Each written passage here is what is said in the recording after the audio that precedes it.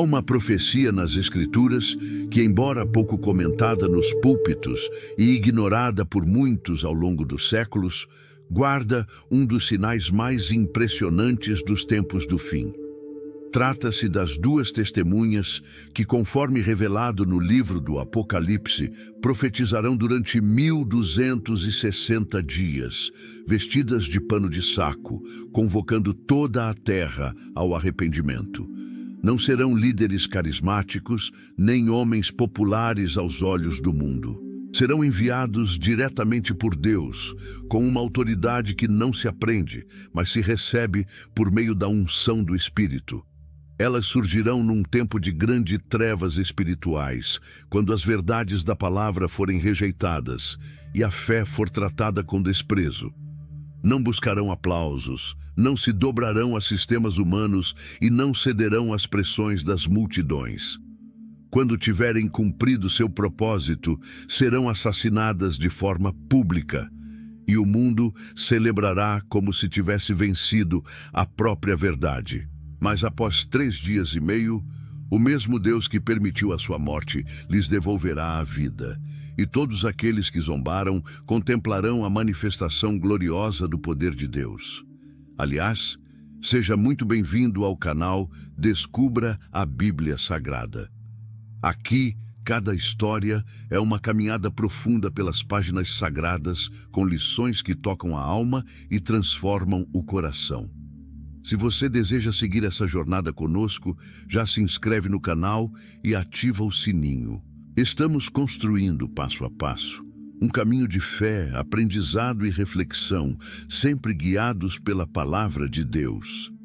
Juntos vamos conhecer melhor as Escrituras. Para entender a origem dessa profecia, é necessário voltar muitos séculos antes do Apocalipse, ao período em que o povo de Israel retornava do cativeiro na Babilônia. Jerusalém estava em ruínas, o templo destruído e o coração do povo profundamente abatido. A fé, antes vibrante, agora parecia se dissolver diante da realidade difícil. Foi nesse cenário, entre muros partidos e lembranças de uma glória passada, que Deus decidiu falar. Ele não enviou primeiro palavras, mas imagens. O profeta Zacarias teve uma visão que não apenas consolava, mas apontava para algo muito maior. Ele viu um candelabro de ouro com 7 lâmpadas, alimentado por 2 oliveiras vivas que estavam ao seu lado. Azeite puro fluía diretamente dos troncos, sem a necessidade de mãos humanas. A mensagem era clara: o mover de Deus viria, não por força, nem por estratégias humanas, mas pelo Espírito do Senhor. Essa visão era um recado para uma geração desanimada, mas também era uma profecia oculta. As 2 oliveiras representavam algo que ainda estava por se revelar. 2 homens que, em um tempo futuro, seriam levantados com a mesma essência espiritual, uma missão sustentada unicamente pelo céu. Eles não dependeriam de instituições nem de reconhecimento terreno. Seriam separados para o dia mais escuro e para a última chamada de arrependimento. Muitos séculos depois, já no final de sua vida, o apóstolo João recebeu uma nova visão que dava forma ao que Zacarias tinha contemplado. Exilado na ilha de Patmos, ele foi arrebatado em espírito e viu o desenrolar dos últimos dias da história humana. No meio de trovões, terremotos e manifestações celestiais, ele viu novamente as 2 figuras, agora não mais como árvores simbólicas, mas como homens de carne e osso, com uma missão sagrada e um tempo determinado para agir. A Bíblia afirma que essas testemunhas terão poder para fechar o céu, transformar águas em sangue e ferir a terra com pragas, sinais que lembram os dias de Moisés e Elias. Por isso, muitos estudiosos creem que sejam eles. Outros acreditam que sejam Enoque e Elias, os 2 únicos homens que, segundo as Escrituras, não provaram a morte. Há ainda quem defenda que sejam 2 novos profetas, ainda ocultos aos olhos do mundo, mas já conhecidos nos planos de Deus. Seja qual for a identidade, o que se sabe com certeza é que sua missão causará impacto profundo. Elas serão perseguidas, odiadas e, por fim, mortas.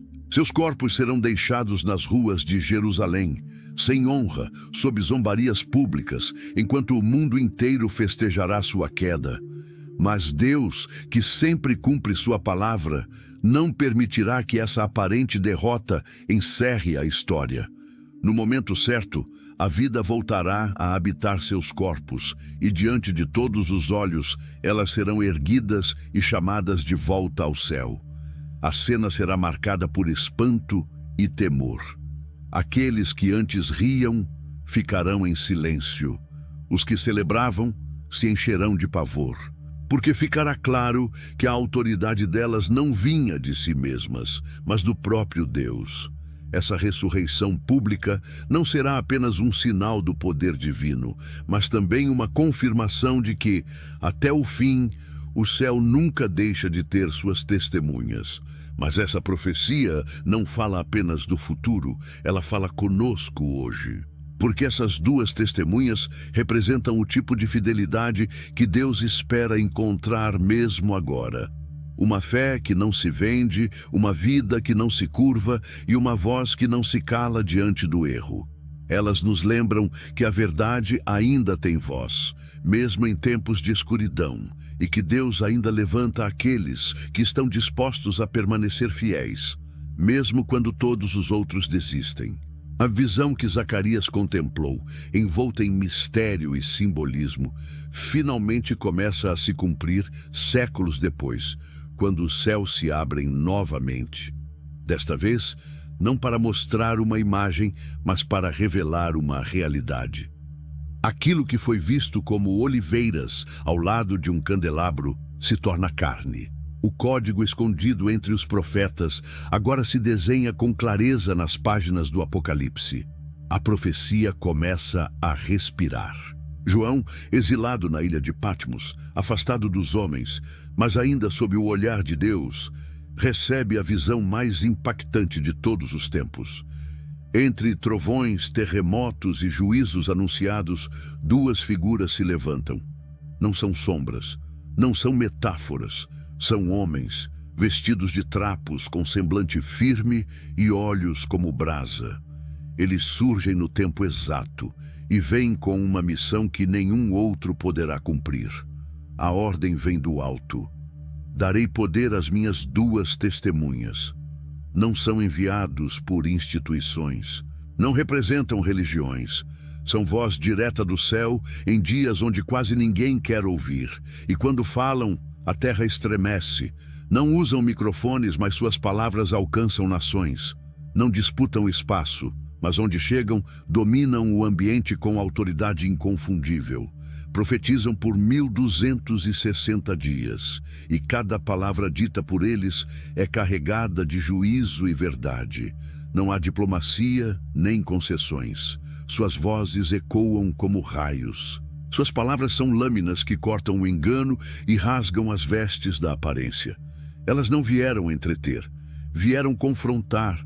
Não estão ali para dialogar, estão ali para anunciar, denunciar e chamar ao arrependimento. Uma última vez. A autoridade que carregam não é aprendida, é concedida. E o que dizem se cumpre. Se fecham o céu se cala. Se ordenam pragas, elas descem. Como Moisés diante do Egito, como Elias diante dos reis. Eles trazem em si a unção dos que não se vendem, não se corrompem, não se calam. E o mundo não saberá lidar com isso. Não pertencem a nenhuma estrutura humana. Seus nomes não aparecem nos registros oficiais. Não serão recebidos com honras, mas com repulsa. E ainda assim, permanecerão firmes. Porque sua força não vem de aplauso, mas da presença. Não são sustentados por multidões, mas pelo Espírito. São duas colunas em meio ao colapso. Duas vozes no meio da apostasia. Duas tochas acesas, quando o mundo inteiro parece apagar. Sua aparência humilde, vestidas de saco, engana os olhos naturais. Mas no espírito, são como montanhas. Onde colocam os pés, a terra sente.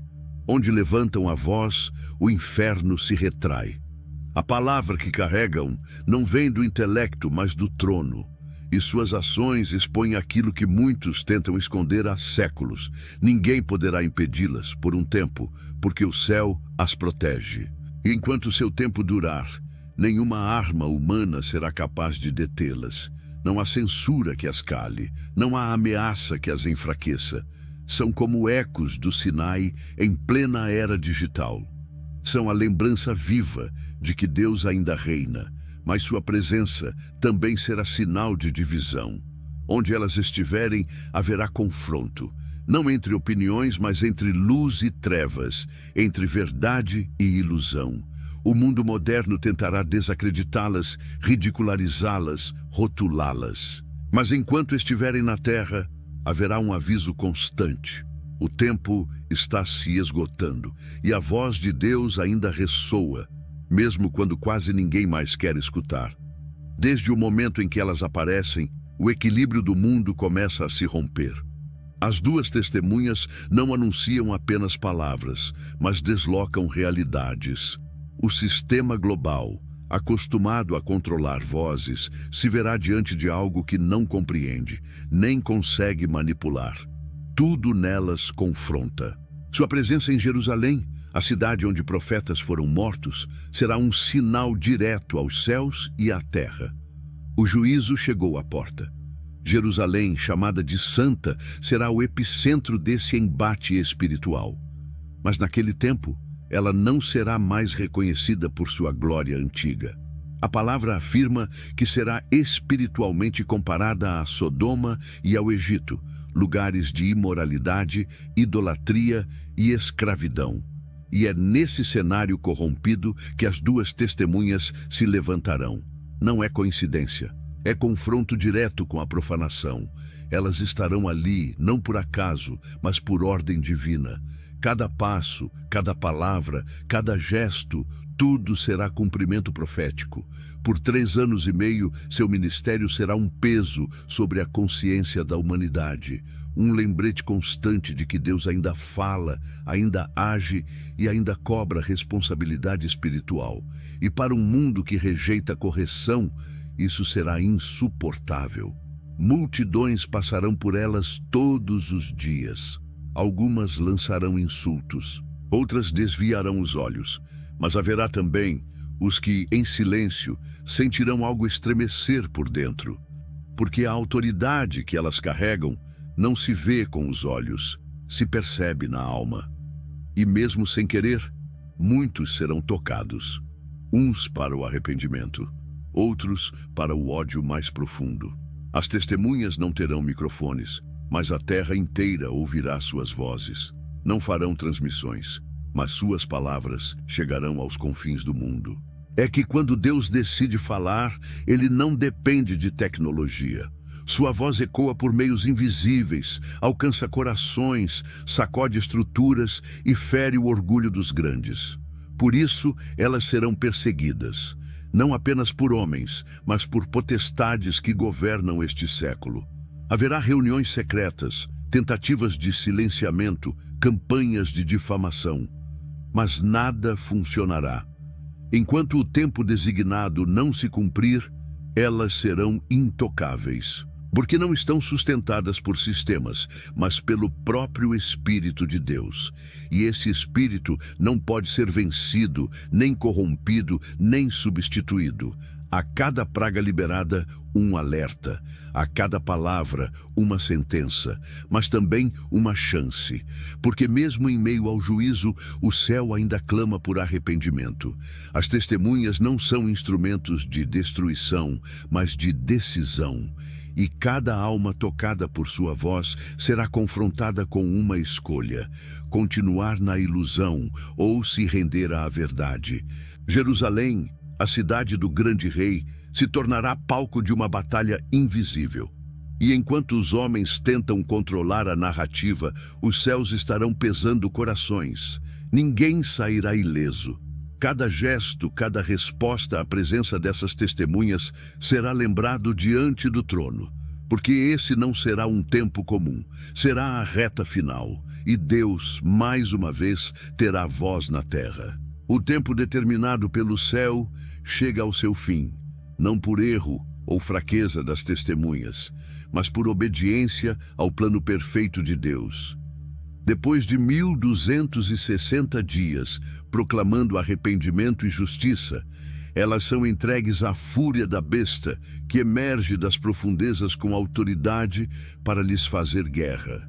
Não se trata de um simples conflito, mas de um embate entre o que é eterno e o que é terreno, entre a verdade que liberta e a mentira que domina. A besta não hesita, e o mundo, ao vê-las cair, acredita ter vencido a última resistência espiritual.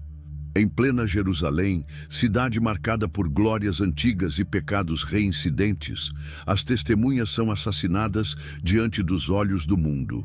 Não há recato nem reverência. Os corpos são deixados à vista de todos, como se não tivessem dignidade alguma. Nenhum gesto de compaixão, nenhuma tentativa de silêncio. Eles permanecem ali, expostos no centro de uma cidade que, aos olhos do céu, já não se reconhece como santa, mas sim como lugar de prostituição espiritual e resistência à luz. A cena provoca euforia entre as nações. Líderes se alegram, multidões festejam, presentes são trocados como sinal de alívio. A morte das testemunhas é celebrada como o fim de uma ameaça incômoda, e a verdade que antes confrontava passa a ser ridicularizada como fanatismo superado.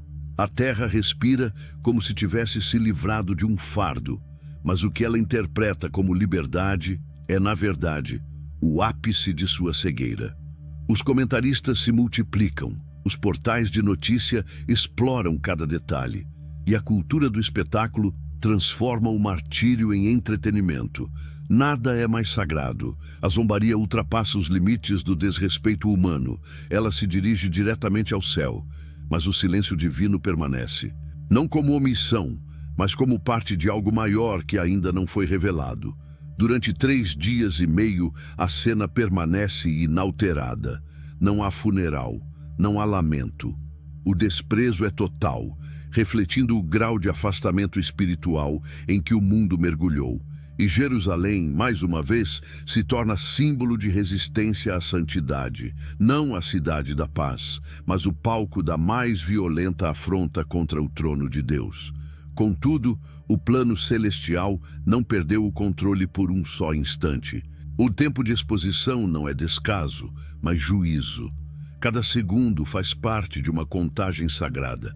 E enquanto os homens celebram o que consideram uma vitória, os céus apenas aguardam o momento em que a glória voltará a tocar o chão. Porque o silêncio de Deus nunca significa ausência. Ele carrega o peso de um mover que ainda está por acontecer. A besta, orgulhosa, se exalta como se tivesse vencido o próprio espírito. Mas tudo o que fez foi cumprir o que já estava escrito. E o mundo, ao se entregar à arrogância, prepara o terreno para o espanto, porque a história que parecia encerrada não foi concluída, apenas pausada. E quando o céu voltar a se mover, o que hoje é zombaria se transformará em temor. O tempo avança e a terra segue seu curso sem se dar conta de que o relógio do céu está prestes a marcar uma virada irreversível. 3 dias e meio se passaram desde que os corpos das 2 testemunhas foram deixados expostos nas ruas de Jerusalém. Nesse intervalo, o mundo se permitiu celebrar o que acreditava ser o fim da resistência. As imagens da queda se multiplicaram. Os discursos triunfantes ecoaram entre governos, líderes religiosos e multidões sedentas por silêncio espiritual. Mas, no invisível, algo começava a mudar. Como uma respiração que retorna após um longo tempo contida, o Espírito do Senhor se aproxima. Não há aviso, nenhum prenúncio, apenas o toque divino, inesperado e avassalador. Aquilo que os olhos humanos haviam considerado derrotado é de repente visitado pelo sopro do Eterno. E o impossível acontece diante de toda a humanidade. Os corpos, outrora imóveis, se reerguem, não com esforço, não como quem desperta de um sono pesado, mas com a majestade de quem obedece a uma ordem que vem do céu. Os olhos se abrem, o movimento é firme, e num instante o mundo silencia. Câmeras que transmitiam para bilhões de pessoas agora capturam o indescritível. A zombaria se desfaz em choque, o riso é engolido pela perplexidade. Aqueles que haviam sido dados como derrotados estão de pé, vivos, carregando nos olhos a mesma autoridade de antes, agora multiplicada por glória. O cenário muda, e o peso da realidade celestial desce sobre cada alma que observa. No alto, uma voz ressoa. Não é uma voz comum, pois não é destinada apenas aos ouvidos naturais. É uma convocação que atravessa o firmamento e penetra os céus da terra. Subam aqui, diz o Senhor. E elas obedecem, não com medo, não com hesitação, mas com a firmeza de quem cumpriu uma missão e agora retorna ao lugar de onde veio. Uma nuvem os envolve, não feita de vapores da natureza, mas da mesma glória que encheu o Sinai, que envolveu o tabernáculo e que cobriu o monte da transfiguração. O povo observa, sem entender. Governos não têm explicações. Especialistas tropeçam nas palavras. Os comentaristas emudecem. Porque o que acontece ali não pode ser controlado, nem interpretado por lentes humanas. É o próprio Deus reivindicando aqueles que o representaram com fidelidade. E diante dessa manifestação, a arrogância das nações começa a ruir. Não há como disfarçar o espanto. O que era desprezado foi exaltado. O que parecia vencido foi honrado. E a terra inteira, mesmo sem reconhecer com os lábios, sente nos ossos que a soberania de Deus jamais esteve ausente. A verdade que se tentou calar agora ecoa com ainda mais força. E aqueles que se alegraram com a queda são forçados a assistir à ascensão, não apenas física, mas espiritual, profética e eterna. A cena marca um divisor definitivo na história. Nada mais poderá ser como antes, porque mesmo que o mundo tente seguir, o sinal foi dado, e ele não será esquecido. As duas testemunhas, levantadas por Deus, agora retornam ao seu lugar, mas o rastro de sua passagem permanece, e o impacto de sua fidelidade se espalha como um som que continua ressoando, mesmo depois que a trombeta já cessou. Diante de tantas imagens intensas, sinais poderosos e eventos que ultrapassam a compreensão humana, muitos corações podem estar se perguntando: tudo isso é real? Onde está essa profecia nas Escrituras? Será mesmo que essas duas testemunhas vão surgir no tempo do fim? A resposta não vem de interpretações humanas, mas da própria palavra de Deus, que permanece fiel através dos séculos. E é ela que nos conduz ao livro de Apocalipse, capítulo 11, onde a revelação é clara e direta.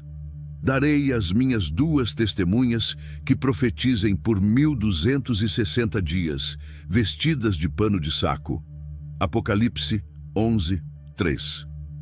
Essa declaração não é simbólica ou poética, é uma afirmação profética com data, missão e identidade espiritualmente determinada.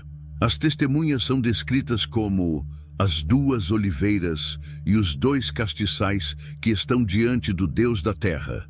AP 11, 4. E essas imagens não surgem pela primeira vez no Apocalipse. Elas foram vistas séculos antes nas visões do profeta Zacarias, que durante o período do retorno do povo de Israel do cativeiro babilônico foi usado por Deus para registrar imagens que falariam ao futuro. Zacarias viu um candelabro de ouro, alimentado por duas oliveiras que vertiam azeite continuamente, sem intervenção humana. Na época, essa visão servia como um alento ao povo de Jerusalém, que via os escombros do templo e sentia que nada mais poderia ser restaurado. Deus, então, envia não uma explicação, mas uma visão. Uma promessa de que a reconstrução não viria por força humana, mas pelo mover do Espírito Santo.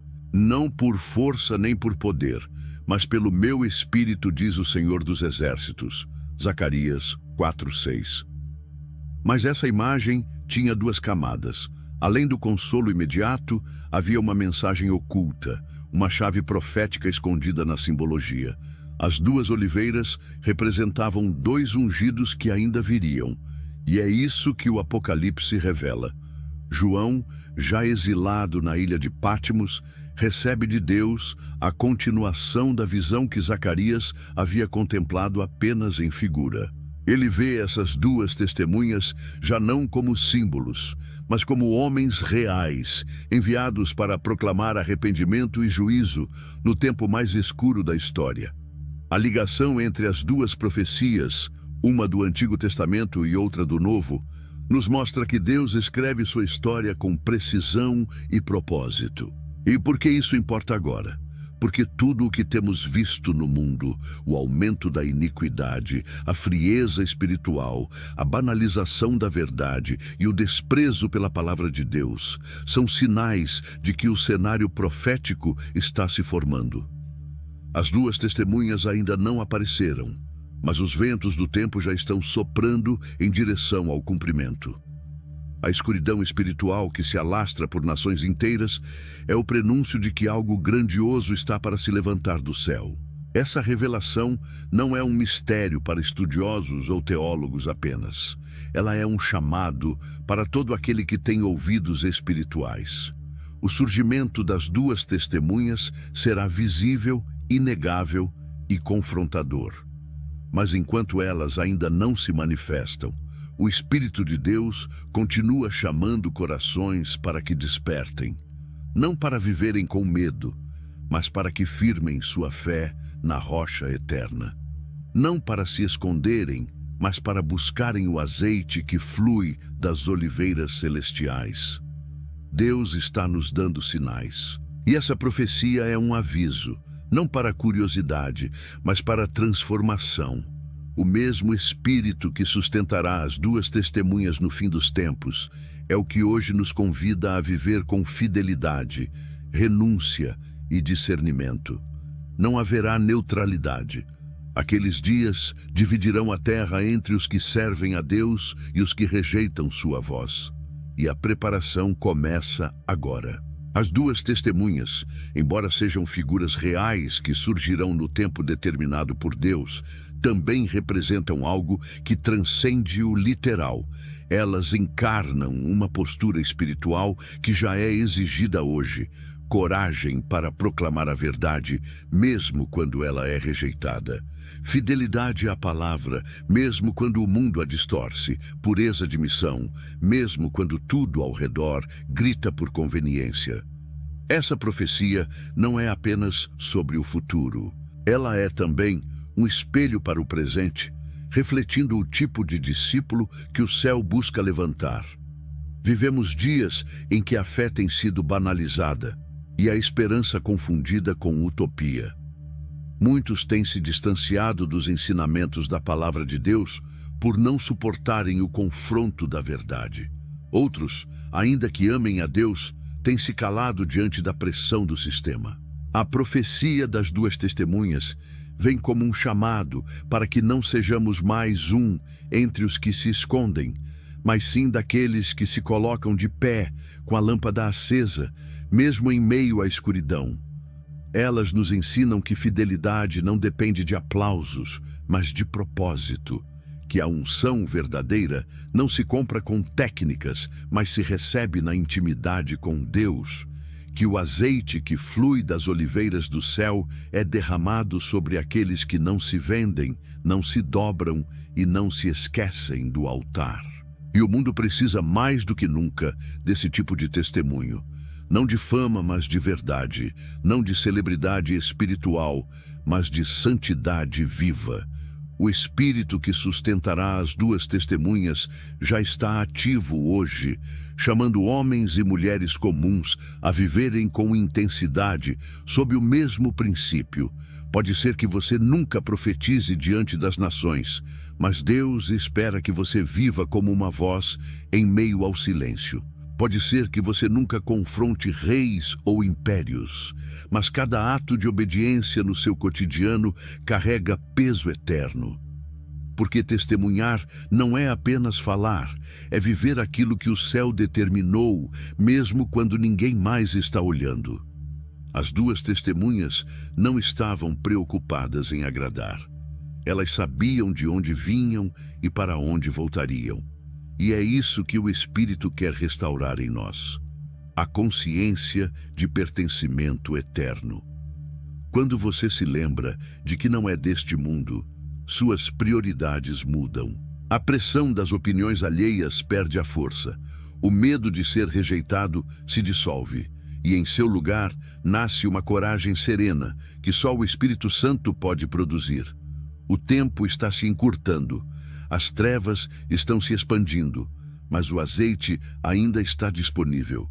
A palavra ainda é viva e o altar ainda está aberto. Essa profecia é um alerta, mas também uma esperança. Porque mesmo nos dias mais escuros, Deus não deixará a terra sem testemunho. E talvez você que está ouvindo agora seja parte dessa geração que não se calará. O que as duas testemunhas farão no tempo do fim, o Espírito deseja começar a fazer hoje nos corações dispostos. Que tipo de voz você tem sido? Que tipo de luz sua vida tem irradiado? Essa é a hora de buscar mais, de voltar ao jejum, à oração, à palavra, de renunciar ao que distrair e abraçar o que santifica, porque o tempo é breve e a missão é sagrada. É impossível olhar para o que acontece no mundo hoje e não sentir o peso da profecia. Guerras se multiplicam, nações se levantam contra nações, famílias são destruídas, valores são invertidos e a violência se espalha como uma sombra sobre as cidades. O medo voltou a fazer parte das conversas. A insegurança tornou-se uma linguagem comum. E por trás disso tudo, um cenário profético se forma, como se o mundo estivesse sendo cuidadosamente preparado para os dias finais. Esses sinais não são apenas eventos aleatórios, são avisos, chamados silenciosos do céu, tentando acordar uma geração adormecida. A palavra já nos havia dito que viria o tempo em que os homens chamariam o mal de bem e o bem de mal, em que o amor se esfriaria e a fé se tornaria rara. E esse tempo não é futuro, é agora. Está diante de nós, nos jornais, nas redes, nas ruas. E mais do que nunca precisamos voltar ao que é eterno, voltar às Escrituras, voltar à voz de Deus. Ler a Bíblia como quem escuta um pai falando com urgência, como quem procura abrigo em meio a uma tempestade. A palavra de Deus não é um livro antigo, é alimento, direção e luz para tempos escuros.